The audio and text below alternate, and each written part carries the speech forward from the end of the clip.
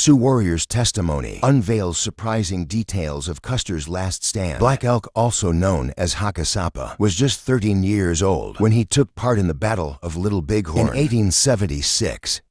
As a young Sioux boy, he bravely scalped a soldier during the battle. Witnessing firsthand the bravery and chaos that unfolded, Black Elk was the second cousin of the renowned Crazy Horse, who played a significant role in the battle, giving him a unique perspective on the events. He observed the intensity of the fighting as the Lakota, Cheyenne, and Arapaho warriors stood against the 7th Cavalry Regiment, led by Lieutenant Colonel George Armstrong Custer. Black Elk's eyewitness account offers valuable insights into one of the most crucial moments in American history. But before we dive into his story, don't forget to like and subscribe to our channel to help support our community. No white man survived the skirmish with Custer, a battle that ended swiftly under the broad daylight. Crazy Horse, our steadfast leader, had already defeated General Crook's forces on the Rosebud that day. He could have wiped out the soldiers entirely if he had called upon more warriors from our villages to set an ambush at dawn as they camped in the dark. After their defeat, he had previously driven back the cavalry that attacked our village on the Powder River during a freezing March morning, in the moon of the snow blind. From there he moved west to the Rosebud, where he repelled the soldiers who came to attack us, and finally to the Valley of the Greasy Grass, our ancestral homeland, where we sought only to be left in peace. 2 days before the battle, we set up camp in the valley, along the south side of the Greasy Grass. Just before the sun reached its peak, our village was vast, with countless teepees stretching out across the land. Upstream to the south were the Hunkpapas, followed by the Egleys, the Minnecongas, the Snarks, the Blackfeet, and the Chehilas, with the Sandus and Yanktonai farthest to the north. To the east the Greasy Grass flowed, swollen with snow melt from the Bighorn Mountains, with timber lining its banks. From a hill one could see the mountains to the south, and west hills and bluffs rose across the river, with gullies cutting through the cliffs. To the west were lower hills, where we grazed and guarded our ponies, which were too many to count. A warrior named Rattling Hawk had been shot in the hip during the battle on the Rosebud, but was healed by a medicine man named Harry Chin. The day before the battle, I had anointed myself and was about to swim with some boys, when Harry Chin called me to Rattling Hawk's teepee. Needing my help, 5 other boys were already there, and he needed us to take on the guise of bears in the curing ceremony, as his power came from a dream of the bear. He painted my body and face yellow with black stripes on either side of my nose, tied my hair to look like barriers, and adorned my head with eagle feathers. As he did this, I remembered my vision and felt suddenly lifted off the ground. In that moment I understood more than I could express, and felt certain that some great misfortune was coming our way. I was filled with dread. The other boys were painted entirely in red, with real barriers on their heads. Harry Chin, dressed in a real bear hide, began singing at the doorway. The sacred herbs are rejoicing. 2 women entered, standing on either side of the injured warrior, one holding a cup of water, the other holding some kind of herb. As I looked at the cup, I tried to see if it contained the entire sky, as it had in my vision, but I couldn't tell. As the plant and cup were offered to Rattling Hawk, Harry Chin continued to chant. Then they gave him a red cane, and he stood up immediately. The injured warrior, leaning on the sacred red stick, followed the women out of the teepee. We boys, pretending to be little bears, danced around him, growling as we did so. Feathers of different colors stuck out from our mouths as we performed the ritual. Then Harry Chin came out on all fours, looking very much like a bear to me. Rattling Hawk's walking improved, and though he couldn't fight the next day, he recovered soon after. We boys went swimming to wash off the paint from our bodies. After the ceremony, when we returned, the villagers were dancing and telling stories of bravery from the battle with 3 stars on the Rosebud. We were tasked with bringing the ponies closer to the village as dusk approached. By the time we finished, night had fallen, and the villagers continued to dance around fires, their celebrations unending. We wandered from one dance to another until we could no longer stay awake. At dawn, my father woke me, telling me to help him graze our horses. As we did, he warned me to put a long rope on one of the horses, so we could easily catch it and secure the others. He stressed the importance of being watchful, urging me to keep an eye on the camp and return the horses quickly if trouble arose.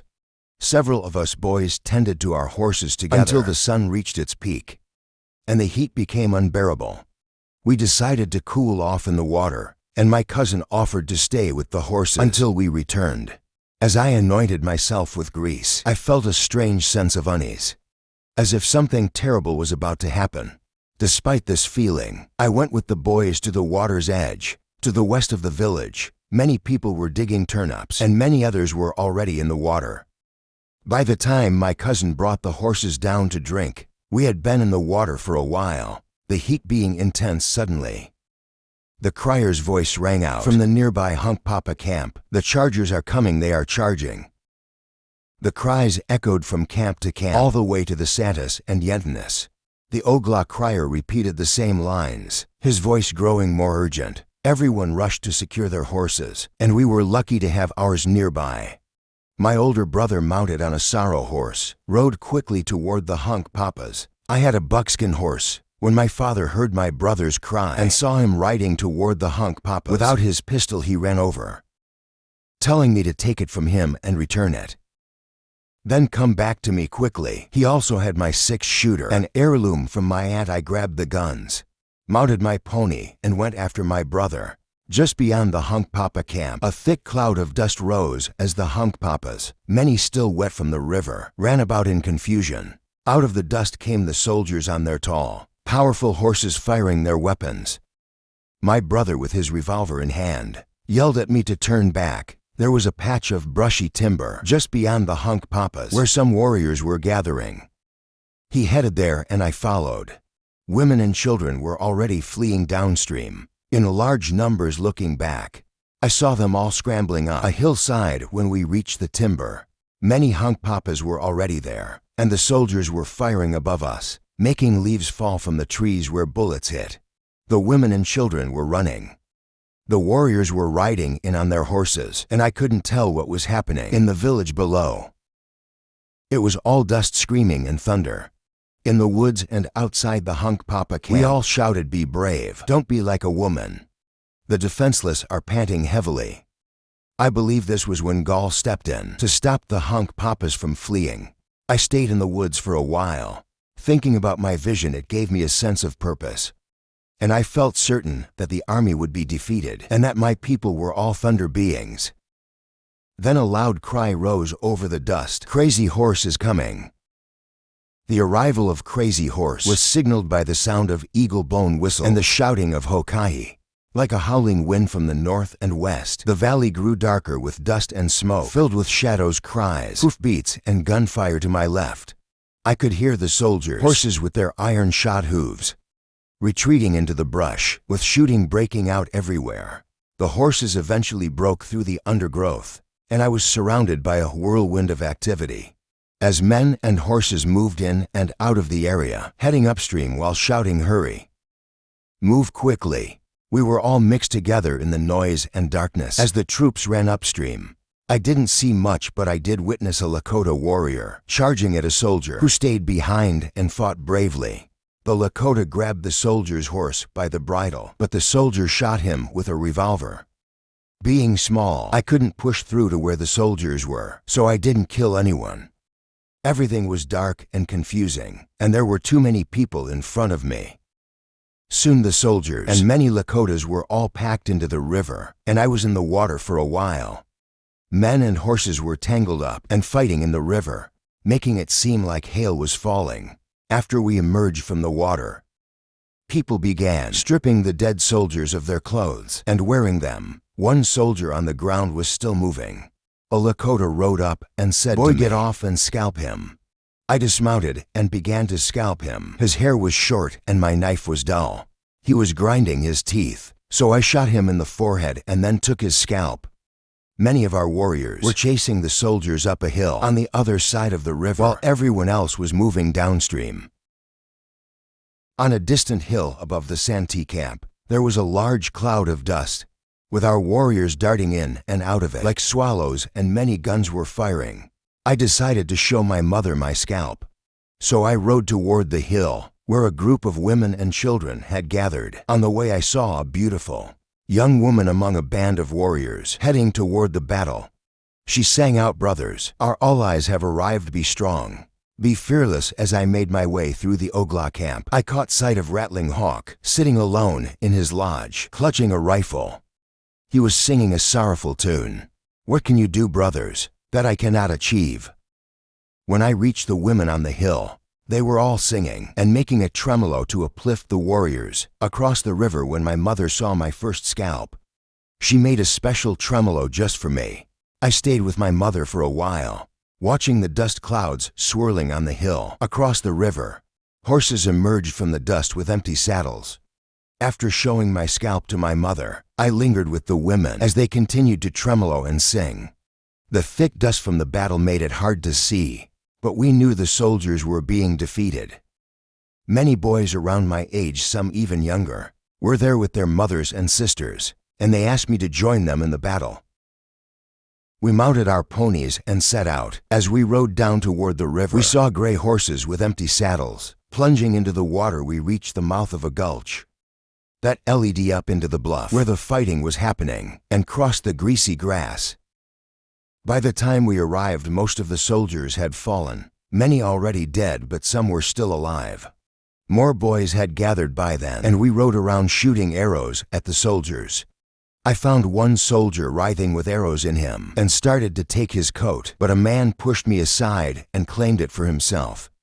Then I noticed something shiny hanging from the soldier's belt. I pulled it out and found it was a round, bright yellow object that was very beautiful. I wore it around my neck like a necklace. At first it ticked, but then it stopped. I kept it around my neck for a long time before I figured out what it was and how to make it tick again. The women gathered around, and we climbed to the top of the hill. Their gray horses lay dead, some piled on top of soldiers, and soldiers on top of horses. We didn't see many of our own dead, as they had already been collected, but many of our men were killed or injured. The dust from the battle made it difficult to see clearly, and it was hard to tell who was who. It didn't seem like anyone knew which soldier was Pinhanska, and I didn't spot him. I did see one soldier raising his arms and groaning, so I shot an arrow into his forehead, making his arms and legs twitch. I noticed some Lakotas trying to help another Lakota. When I got closer, I realized it was Black Wasiku, the brother of Chase in the morning. He had been shot through the right shoulder with a bullet lodged in his left hip as he was hanging off the side of his horse when he was hit. They were giving him medicine. He was my cousin, and both his father and mine were so furious that they went and killed a soldier and mutilated his body. The soldier was corpulent, and the meat looked tempting, but we didn't eat it. There was a young boy, younger than me, who asked me to scalp a soldier for him. I did, and he ran off to show the scalp to his mother. Most of the warriors drove the other soldiers back to the hill where their pack mules were while we were there. After a while, I grew tired of searching around. The smell of blood was overwhelming, and I became weary of it. So I headed back home with a few others. I wasn't sorry at all. I felt satisfied. The soldiers had come to harm our families and us, and this was our land. When I was in the brush with the hunk papas, and the first shots were fired, I had a feeling that this would happen. I believed my people were connected to the thunder beings in my vision, and that the soldiers were foolish to come here. Everyone stayed up all night in the village. The next morning, another war party went back to the hill where the soldiers were, and the men who had been watching there all night returned home. My mother and I went along. She rode a mare with a little colt trotting beside her, following its mother. We could see the horses and pack mules up there, but the soldiers were well fortified. At the base of the hill, on the west side of the greasy grass, there were some bulberry bushes. A big boy named Roundfool was running around the bushes. We asked him what he was doing, and he said there's a white man in that bush. And there was he had hidden there. When the other soldiers retreated to the hilltop and had been there all night, we began shooting arrows at him, and it felt like chasing a rabbit. He crawled from one side of the bush to the other while we ran around firing our bows at him. At one point he cried out, "Ow!" After a while, we set fire to the grass around the bush, and he emerged running. Some of our warriors killed him. When we climbed to the top of the hill where some of our men were stationed, we looked over. We couldn't see the soldiers lying in their defenses, but we could see the horses and pack mules, many of which were dead. When we went back down and crossed the river again, some soldiers fired at us, hitting the water. It was nearly dusk when my mother and I returned to the camp on swift horseback. By then, our scouts had reported that more soldiers were approaching up the stream, so we decided to break camp. Before dark, we were packed up and began heading up the greasy grass toward Woodlouse Creek in the Bighorn Mountains. We fled through the night following the greasy grass. My mother tossed some puppies into the pony drag that my two younger brothers and I rode in. They kept trying to crawl out, so I spent a lot of time putting them back, which meant I didn't get much sleep. We arrived at a small dry brook by daylight, made camp, and feasted well. The meat had patches of fat in it, and I wish I had some of it right now. By midday, we set off again and reached Woodlouse Creek, at the base of the mountains, where we made camp there. 3 bears. A man with grievous wounds went into convulsions and kept repeating, "Jenny, Jenny," though I didn't understand what he meant. He eventually died, and we called that place the camp where Jenny died.